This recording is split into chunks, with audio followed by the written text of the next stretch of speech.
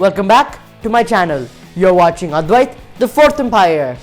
Week 3 was also a wrap, guys, and oh my god, was an amazing week because this week we started to have 4 matches in the weekend and I've already done a weekend analysis on that. The link will be in the description down below, and that video was done by the True Empire. But in this video, we'll be doing the matches from Monday to Friday, the proper week analysis, not the weekend analysis.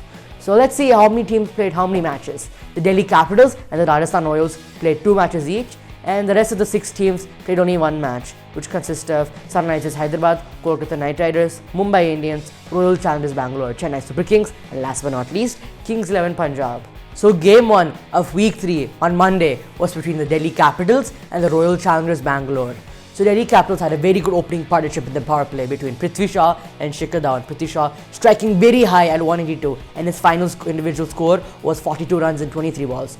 Shikhar Dhawan's final individual score was 32 runs in 28 balls and striking 114. Both these batsmen playing very good, getting a boost for the Delhi Capitals. Later on, Shreyas Iyer and the openers lost their wickets, but Rishabh Pant and Marcus Stoinis both striking very high. You know, both of them are the great hitters of the ball, and especially Marcus Stoinis doing that match. And oh boy, striking over 200, and his final score is 53 runs in 26 balls, scoring a half century in a crucial match against a team like RCB because RCB has quality players. Delhi Capitals use tactics and smartness because RCB cannot deal so much pressure during a run chase. So the Delhi Capitals' final score was 196 runs for the loss of 4 wickets, a very good total and a very defendable total in a pitch like Dubai. And you know, RCB has a King Kohli, the king of chasing. So RCB's innings, nothing was going right for them ever since the start. The opening pair was not able to pull it off, except Virat Kohli, and everybody else whoever came after who were losing their wickets. None of them were able to pull off a good score and convert their scores into a half century or more. Virat Kohli also could not convert to a half century, but he converted it to a good score of 43 runs in 39 balls. Not very high striking, but still, at least it helped him contributing a lot. But Virat Kohli later on lost his wicket. And players were coming in. Every player in RCB came up for batting, which we did not want to see from the RCB because we all know if everybody comes for batting, it's not a good sign. But unfortunately, RCB could not win the match. But luckily, they didn't lose that 10th wicket. And Delhi Capitals won the match by 59 runs. Credit to Kagiso Rabada, conceding 24 runs and getting 4 wickets. And my god, what an amazing performance by Kagiso Rabada. But in the end of the match, man of the match went to Akshar Patel, having a very good economy, conceding only 18 runs, getting those 2 crucial wickets, which was very important from Akshar Patel. And he's a very good contributor towards the Delhi Capitals.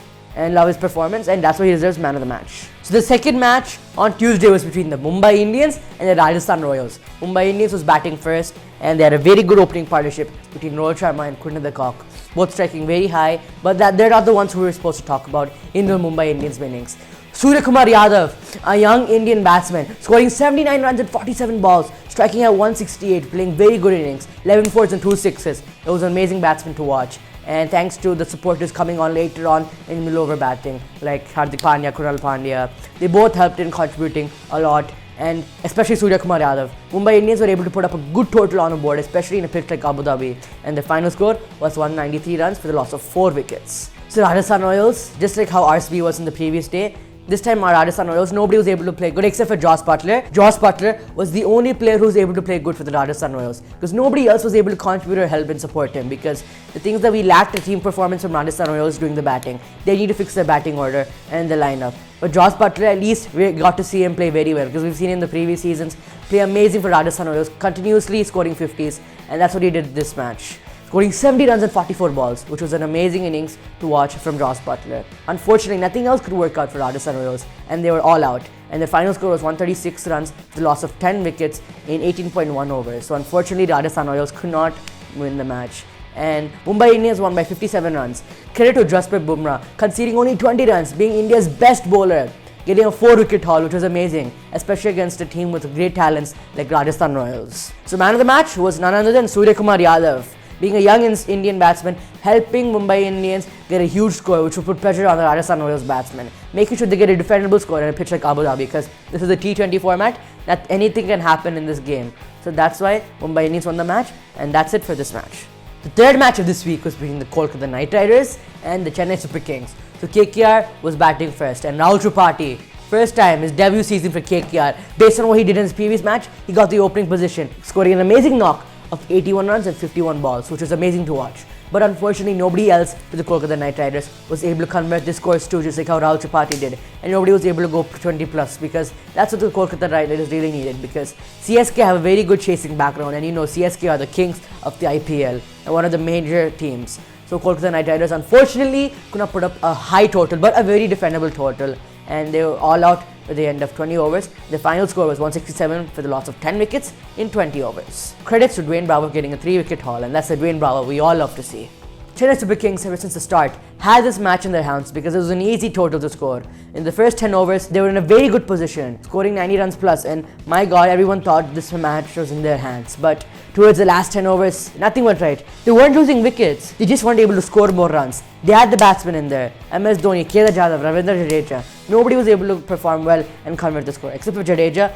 Towards the end, he was trying to make sure that CSK grabbed the match into their hands, but he couldn't. Kedar Jadhav, towards the end, he felt a lot of pressure and wasted so many balls, those crucial balls, which could have helped CSK win the match. And CSK had batsmen later on, like Dwayne Bravo, to help support them in. But I don't know why CSK could not perform well, and KKR's death bowling was amazing to watch. So that's why KKR won the match. So CSK's final score was 157 runs for the loss of 5 wickets in 20 overs. The final man of the match was Rahul Tripathi for his amazing knock. If it wasn't for him, KKR wouldn't even be in a position like 167. Suppose if he played averagely well like the others, they would have gone to a lower score and CSK would have easily chased it down. But if it wasn't for him, KKR wouldn't have won the match. So that's why KKR won the match by 10 runs. So the fourth match of this week was between the Sunrisers Hyderabad versus the Kings XI Punjab, red versus orange. So the Sunrisers Hyderabad won the toss and they chose to bat first. And my god, we finally saw the worst stroke combination come to life. We've seen the combination work very well last year, and it worked very well in this match.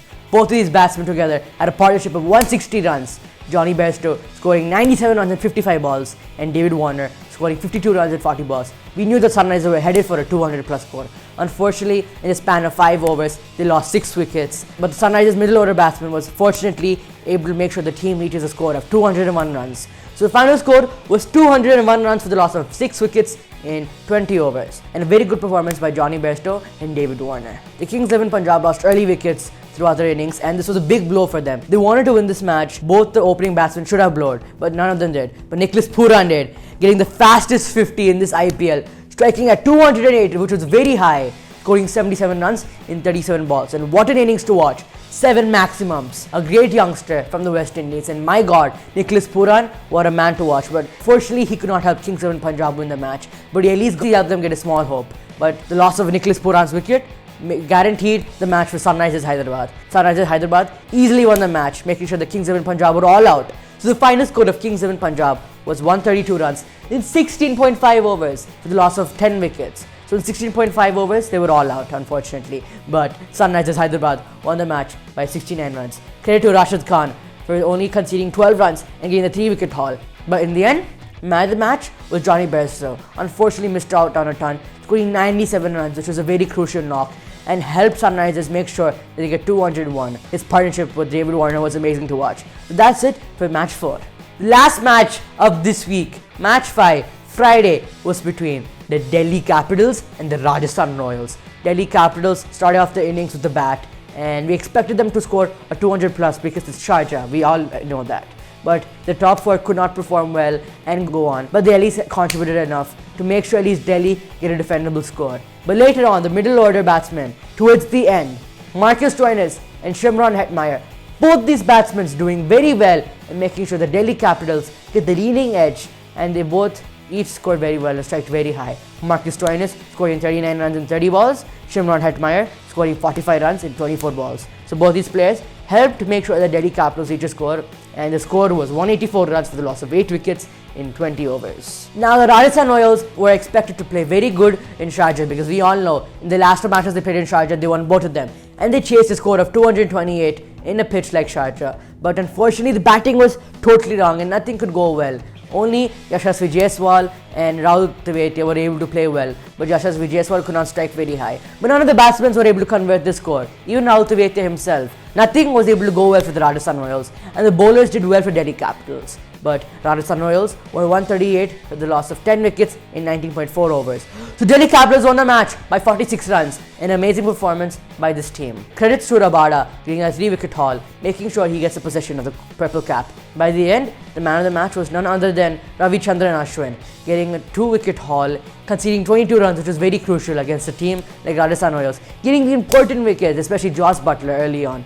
So that's why Ravichandran Ashwin won man of the match, and he truly deserves it. Let's go over the points table after week 3 of Dream 11 IPL 2020. So on top of the table is none other than Delhi Capitals, winning 5 matches, only losing 1 match, getting 10 points. Next is Mumbai Indians, winning 4 matches, losing 2 matches, getting 8 points.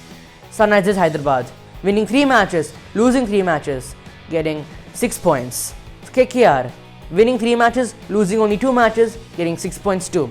The RCB, winning 3 matches, losing 2 matches, getting 6 points. CSK, still not finding form, winning 2 matches, losing 4 matches, only have 4 points. Rajasthan Royals, also winning 2 matches, losing 4 matches, only having 4 points on the table. Last but not least, Kings 11 Punjab, won 1 match and lost 5 matches, and only have 2 points compared to the other teams. So that's this week's points table, and that's it for this video. And this week was an amazing week to watch. I know we only did 5 matches, but still, there were many more matches. We had 9 matches this week. I did 2 separate videos on all the matches, but what an amazing cricket performance by all the youngsters and all the players. Let's wait for week 4. More excitement, more news, and more stuff to talk about. So that's it for this video, guys, and it'll mean a lot if you hit the subscribe button down below. Hit the notification bell icon. Like this video, share this video with all your friends. And my Instagram link will be in the description down below. And it's me, Advait, the Fourth Umpire, signing off.